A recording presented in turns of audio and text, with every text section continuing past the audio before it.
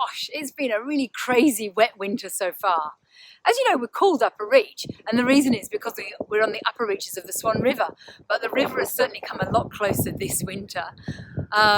We've had flooding here. There's a low point a couple of blocks upriver from us, and once the river gets high enough, once there's enough water fallen from as rain and also from the catchment area, it will rise up and it slowly but surely will break its banks and then starts to run through this floodway that we basically have running through the lowest part of our vineyard.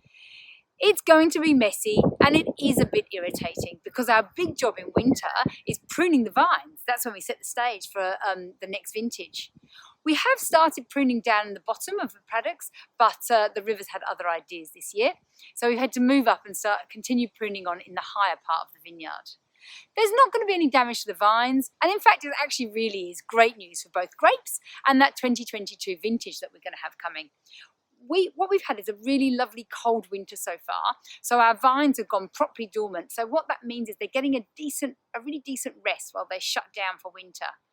Well, now with all this water in the soil's going to be clearly very fully hydrated, which is good, and it's going to be wet, and this will pay us back over late spring and summer. But right now, it certainly feels like red wine weather.